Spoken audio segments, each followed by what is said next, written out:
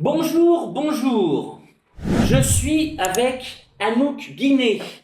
Je suis très content d'avoir Anouk Guiné parce que c'est quelqu'un qui est amoureuse du Pérou. Voilà, on est entre francophones au Pérou.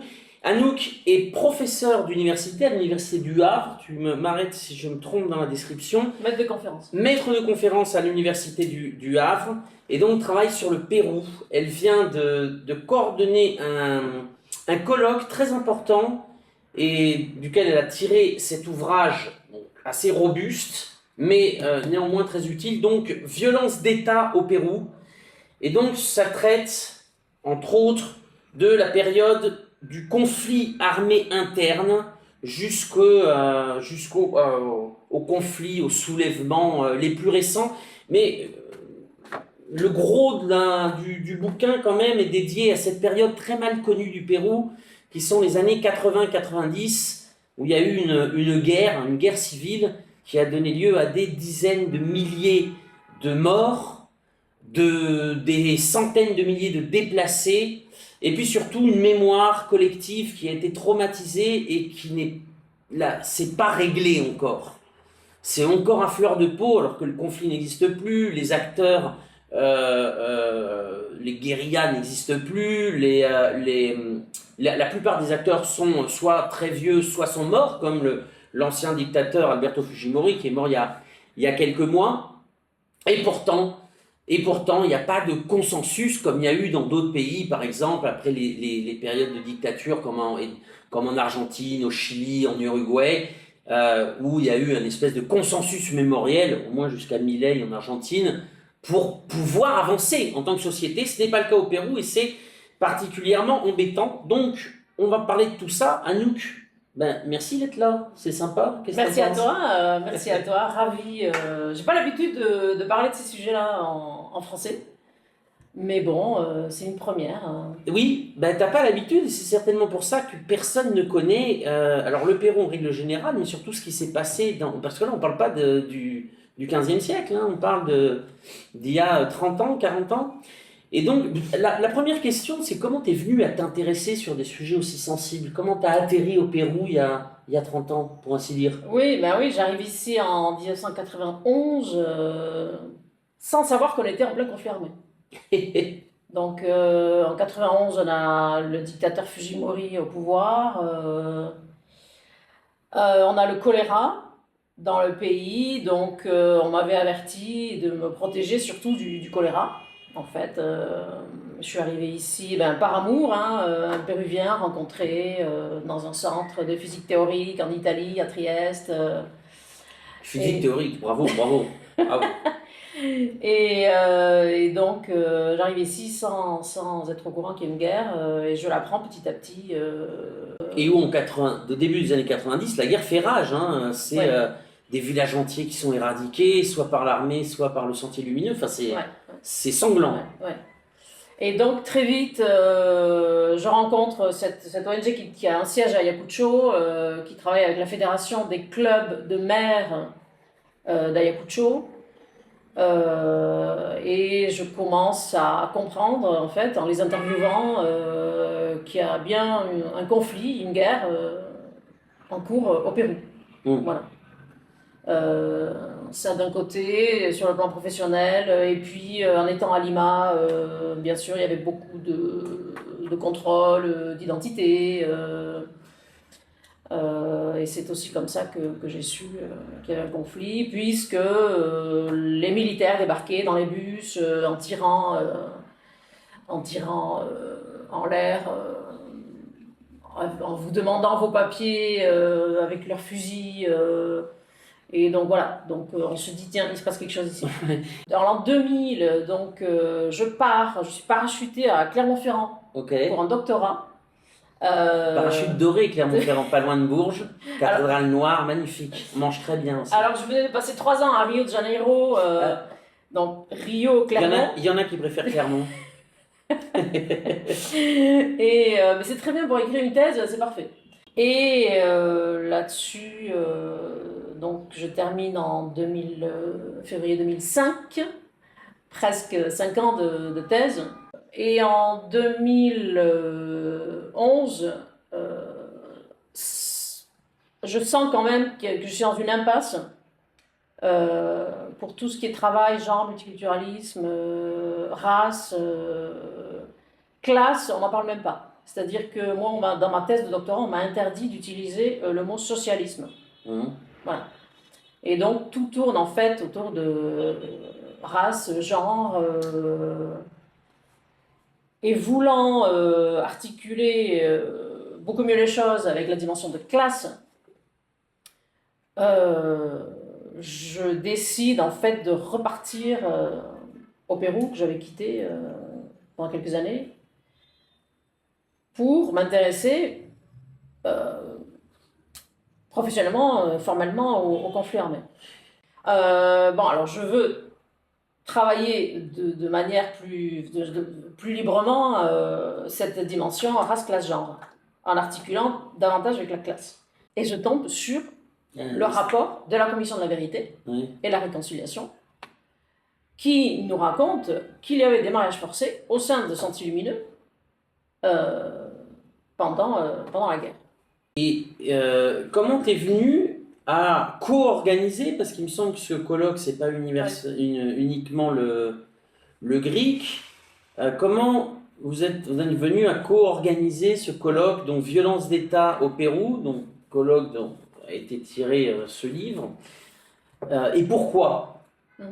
Le colloque a eu lieu, si ma mémoire est bonne, en 2023, non? 2022. 2022. Ouais. En 2020. Donc, d'ailleurs, l'image, la couverture fait partie de ces manifestations de 2020. D'accord. Contre pour aller vite, un coup d'État parlementaire, premier, voilà, qui a échoué pour le coup en 2020. Et donc, il y a eu 2 morts, 2 jeunes assassinés par la police, l'armée, à Lima. Et là, je me mets à écrire un texte sur la violence d'État, en fait. Où on se remet à réfléchir sur le rôle de l'État, le caractère de l'État au Pérou d'une manière historique, en fait, dans une perspective historique. Et je contacte 1 ou 2 collègues hors Pérou, parce que c'est très difficile de travailler avec des collègues péruviens sur ces sujets-là. Voilà, j'allais te faire des questions là-dessus, mais vas-y, finis, mais précisément, non. Donc ici, nous avons comme co-directrice avec moi Fabiola Escarsaga, qui est mexicaine, qui travaille à l'université mexicaine, Monica Cardenas, qui est péruvienne, mais qui est en poste maître de conf à l'île de la Réunion, donc qui fait partie du système universitaire français. Donc on est à peu près une quarantaine dans le comité scientifique en 2022, et ce texte grandit, et on... il a grandi, il a bien mûri. Et bien sûr avec... Alors, s'il est difficile de travailler avec des profs au Pérou, par contre, c'est très facile et très agréable, d'ailleurs, de travailler avec des collectifs étudiants. Qui, eux, sont hyper actifs. J'ai rarement vu ça. J'ai rarement vu ça en France. Et donc, on travaille aussi avec eux pour écrire l'appel à com. Donc, c'est un appel à com ouvert. On voulait faire ça en 2021 à Ayacucho, le berceau de la guerre. Et puis, vu qu'en 2014, j'avais une mauvaise expérience, toutes les portes des universités de Lima s'étaient fermées, en fait, avec mon colloque sur les voix de femmes subversives. Donc, Ayacucho nous avait ouvert à bras ouverts, notamment ANFACEP, qui est l'association nationale de séquestrés, détenus et disparus du Pérou, association emblématique qui a été créée en 1983. Donc elle nous accueille en 2014, et en 2022, il y a une convention qui est signée entre mon président d'université et cette association ANFACEP. Parce que là, il y a combien d'articles en tout? En tout, il y a une centaine de textes. Une centaine de textes, c'est 1200 pages, le bouquin. C'est vraiment très complet. Je vois là, juste pour que vous ayez une idée, on trouve donc des témoignages de personnes assassinées par l'État péruvien à Ayacucho sur les 10 ans entre 80 et 90. Il y a une deuxième partie sur l'Amérique latine par rapport à la violence d'État, le terrorisme d'État au Pérou, les mouvements paysans et les insurrections au Pérou dans les années 60 jusqu'à les années 80, lutter et résister depuis l'art et la culture, donc au siècle 20e siècle, 21e siècle. Un texte aussi intéressant, au-delà de la dichotomie victime-victimaire, ça c'est quelque chose qui est intéressant parce qu'on généralement aussi on enferme, mais on va peut-être parler aussi de ça. Et puis la violence d'État dans les dernières, dans le 2020-2024. Donc c'est quand même assez complet. Alors, il faut savoir que ce colloque a été traité de terroriste aussi par les médias,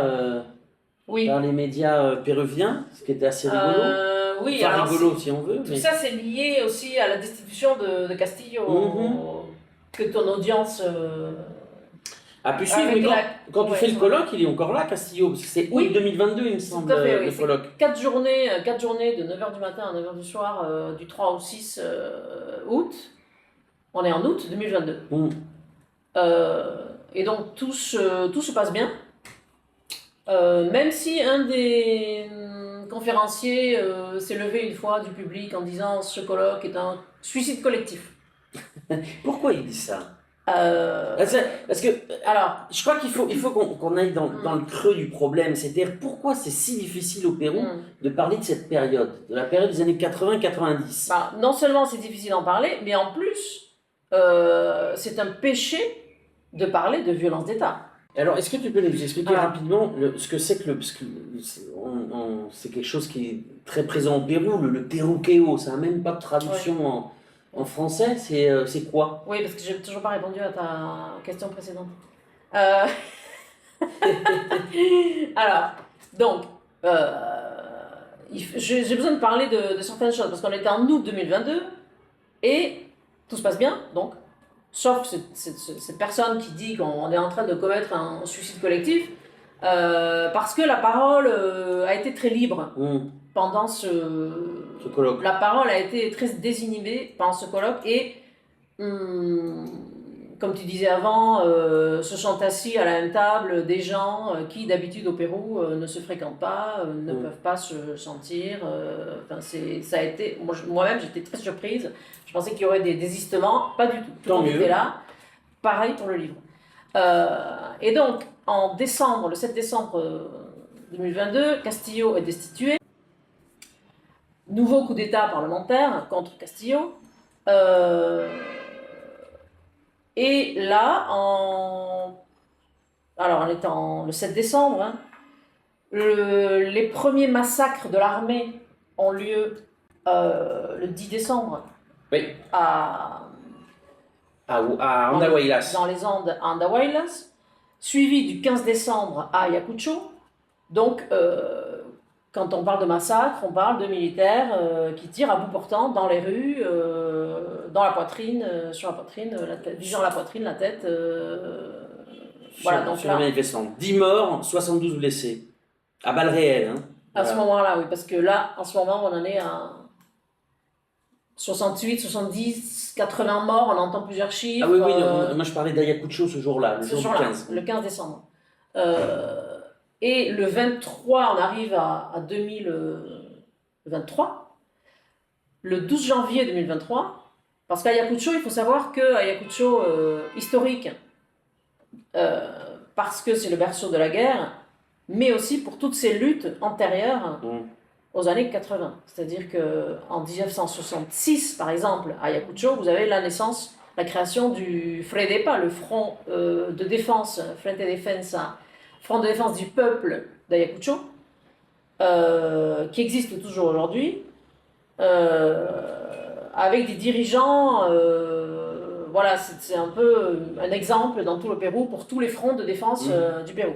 Et donc, le 12 janvier 2023, 8 dirigeants du Front de défense du peuple d'Ayacucho sont arrêtés emmener à Lima les yeux bandés, d'abord emmener, c'est-à-dire il y a une reconstitution qui est faite par l'État de scènes du conflit armé des années 80-90.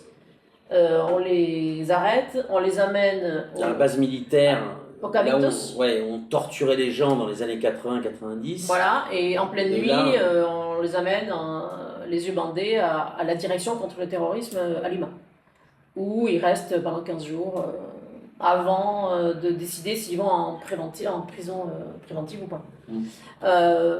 Et donc, c'est là que le colloque commence à avoir des problèmes, puisque... un colloque qui était fini depuis 6 mois. Hein.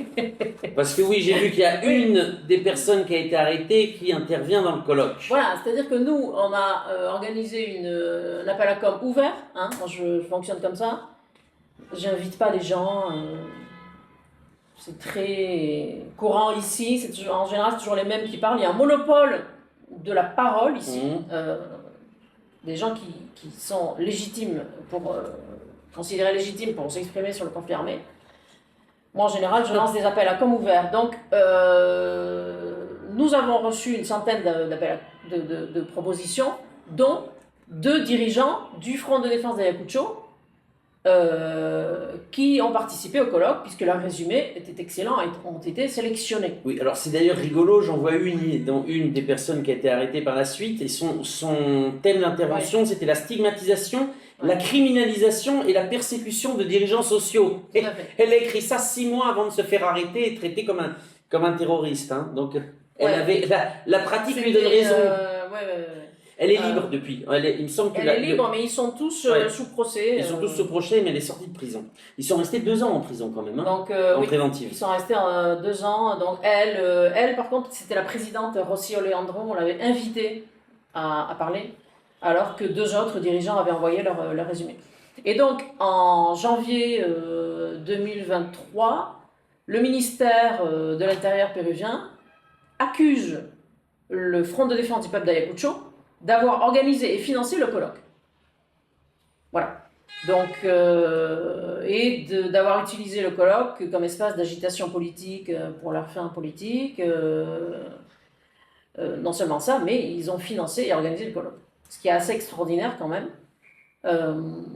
Et donc, oui, il a fallu que je sorte dans La Repubblica, qui est un grand journal péruvien, pour expliquer que, ben non, c'était un colloque tout à fait académique, financé par une université française, voilà, avec une convention entre mon université en FONCEP, avec le soutien d'universités argentines, mexicaines, chiliennes, du Guatemala, d'Espagne. En fait, c'était de toute manière, on a voulu donner aussi un axe latino-américain dont tu as parlé avant, c'est le 2e chapitre, ibéro-américain même, parce qu'il y a un travail sur l'Espagne, la transition et ses connexions avec l'Amérique latine. On a travaillé de manière internationale sur un projet péruvien, tout en donnant une lumière régionale au conflit local. Ok, bon, ben, tout va bien qui finit bien, parce qu'il me semble que là c'est bon, on n'en parle plus. En fait, ils ont instrumentalisé le colloque pour, à des fins politiques. Alors, ce qui était rigolo, puisque évidemment, l'université du Havre a été un peu éclaboussée par... le scandale a été un peu, par les autorités péruviennes, attaqué pour terrorisme dans les médias, hein, évidemment pas en diplomatie. La chancellerie péruvienne n'a pas été jusque-là. Mais enfin, c'est toujours drôle de voir la faculté de la ville de M. Philippe attaquée pour terrorisme. Voilà. Ce qui est moins drôle, c'est qu'il n'y a pas eu de grande réponse de la part de l'État français. Pourquoi tu crois que le conflit des années 80-90 est aussi central encore au Pérou?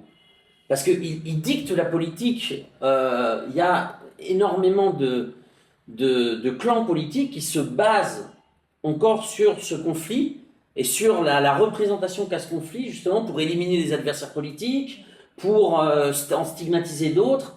Et finalement, la victoire de Castillo, ça a été un peu la revanche, finalement, parce que dès que Castillo a été élu, plusieurs plusieurs options politiques qui vont de l'ultra-droite, mais aussi de la gauche.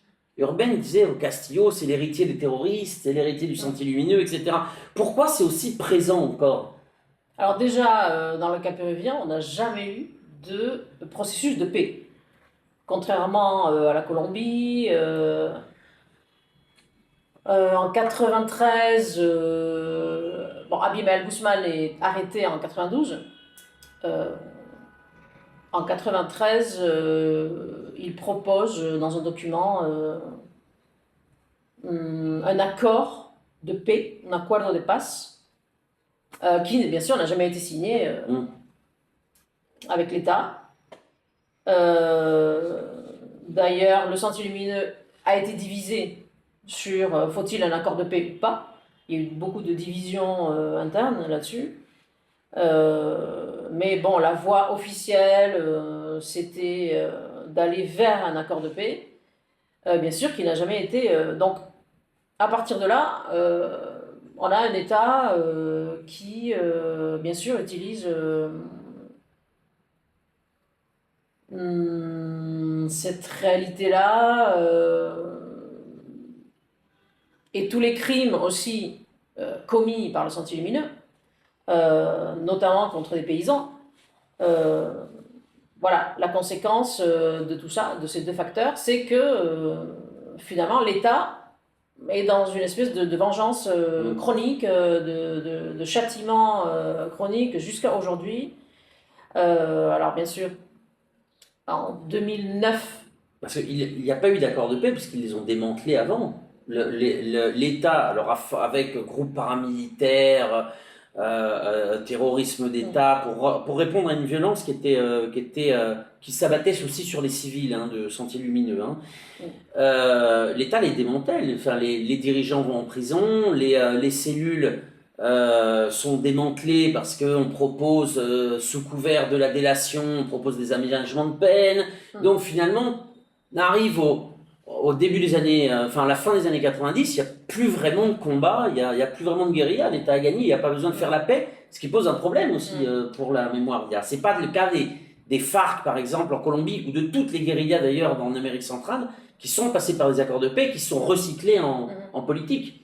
Alors, il y avait déjà beaucoup de militants arrêtés dans les années 80, mais le plus gros est arrêté au début des années 90. Donc on a Fujimori qui est là de 90 à l'an 2000. Ça a été la décennie la plus dure. Tout est neutralisé, c'est-à-dire que voilà, les conditions de prison sont les plus difficiles. Je crois que c'est la décennie la plus difficile pour ce qui est des conditions de prison, de vie en prison. Mais dès le début des années 2000, on a le Parti communiste du Pérou, donc, qui cherche à aller vers une voie politique et qui, en 2009, crée le mouvement pour l'amnistie générale et les droits fondamentaux, le Movadef. Et donc, pour l'État, bien sûr, alors, ils veulent faire partie du paysage politique, l'État les en empêche. C'est incroyable ça, c'est-à-dire que là c'est plus avec les armes, c'est la lutte sans armes. C'est la lutte sans armes, on fait de la politique normalement et l'État les a empêchés. Alors que certainement dans les années 2009 en plus, je pense qu'ils seraient présentés, ils auraient fait 2%, donc ça aurait été une manière aussi d'enterrer cette époque, mais l'époque n'a pas pu être enterrée. C'est-à-dire que c'est pareil à chaque fois. Alors la décennie de Fujimori, c'est l'imposition du néolibéralisme et le terrorisme d'État contre les guérillas, mais aussi contre tous ceux qui contestent l'imposition du néolibéralisme. C'est pratique. Et dans les années 2000, tous ceux qui contestent l'ordre néolibéral ambiant sont attaqués pour terrorisme. On dit, c'est le Sentier lumineux qui revient d'une manière ou d'une autre, comme le loup. Non ? Et on arrive sur l'impossibilité des anciens qui ont cru à un moment donné dans ces propositions de se recycler dans la vie politique et finalement de terminer la pacification. Donc on est dans cette situation-là et ça n'a pas changé depuis. Non.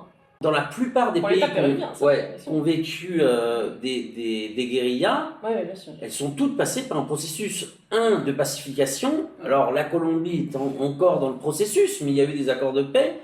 Bon là, avec le LN, ça n'aboutit pas, mais en tout cas, ils sont dans cet esprit-là. Et puis surtout, il y a eu, avec les accords de paix avec les FARC en Colombie, mais aussi en Amérique centrale, il y a eu une espèce de consensus, et puis avant eux, les dictatures du cône sud, il y a une espèce de consensus mémoriel.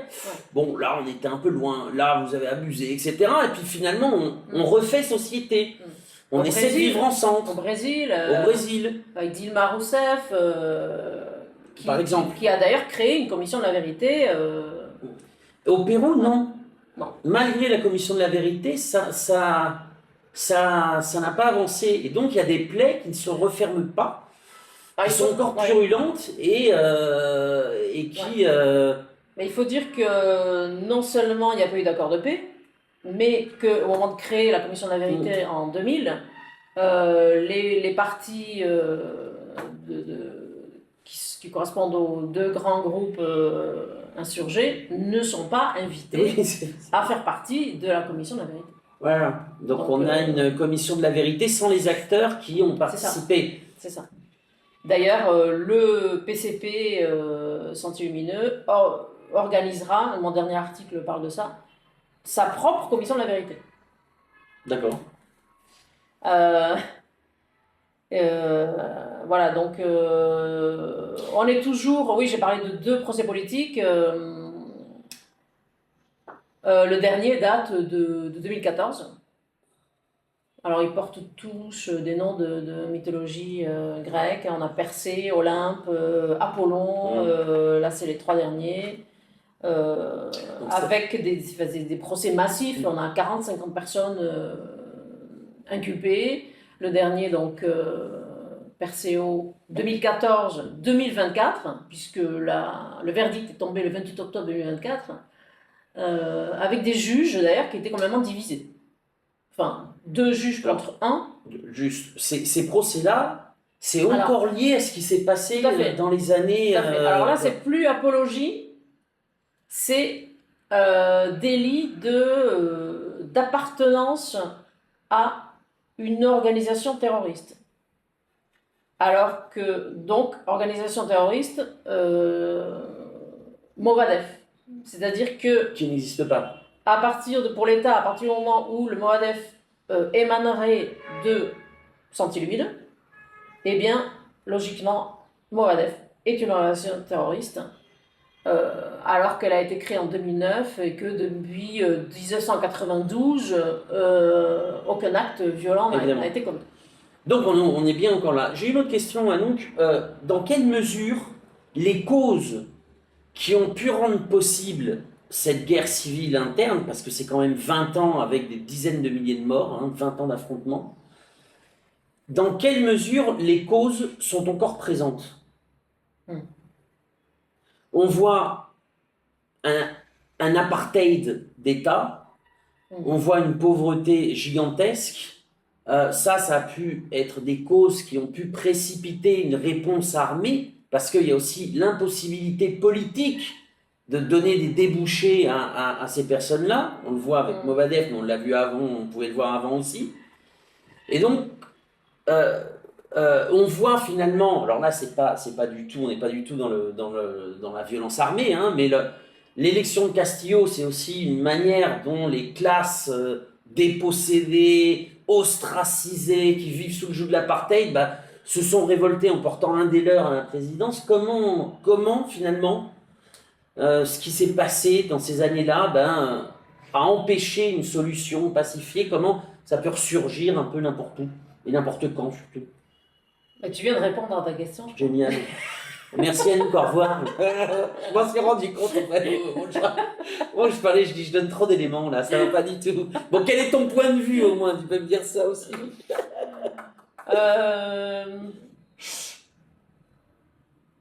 Oui, alors 1980, pour commencer une révolution armée, une lutte armée, c'est un peu tard. Par rapport au paysage latino-américain, 1980 quand même. Donc, même vu de l'Europe, c'est très tard.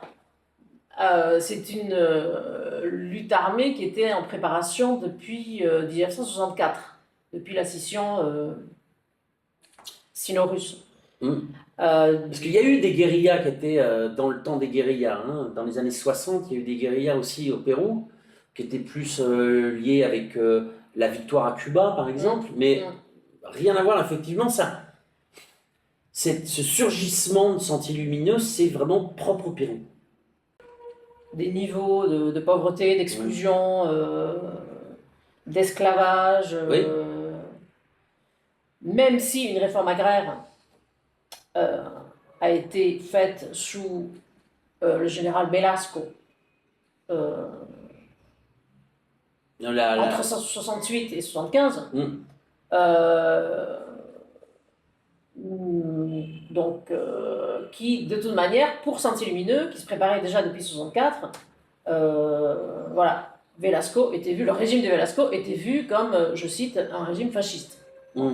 Donc c'est un régime plus démocratisant. Oui.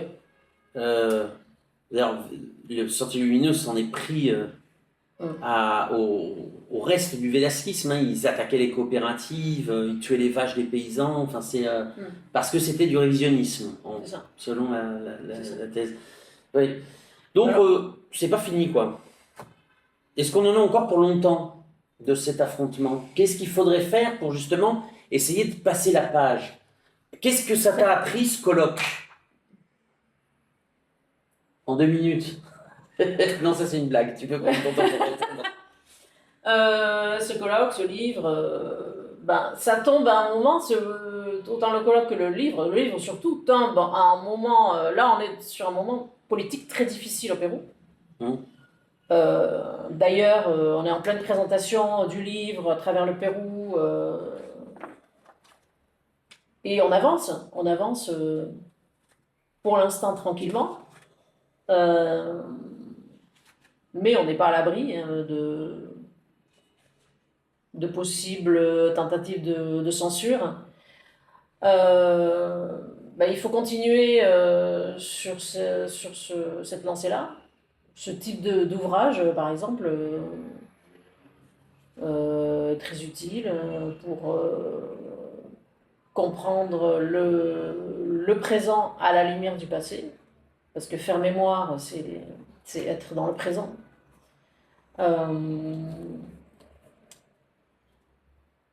Et bien sûr, il est volumineux, mais il y a encore énormément de témoignages à rassembler. Enfin, la moitié de l'ouvrage, c'est des témoignages de victimes. Alors après, il est volumineux. Alors j'ai 2 questions aussi. Il est volumineux, mais il est très complet. Et puis ça ne se lit pas de la page 1 à la page 1200, bien évidemment. C'est un colloque, donc il y a 7... Je ne dis pas de bêtises, il y a 7 grands chapitres, et dans chaque grand chapitre, il y a peut-être 2 dizaines, peut-être 20 interventions. C'est vraiment très complet. Et puis on a le premier chapitre, le dernier chapitre sont des témoignages donc de victimes de violences d'État. Les derniers pour 2022-2023.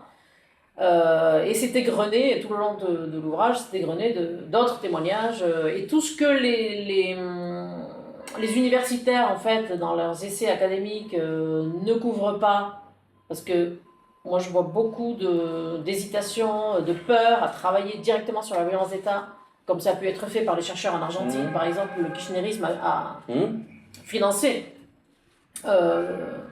des thèses.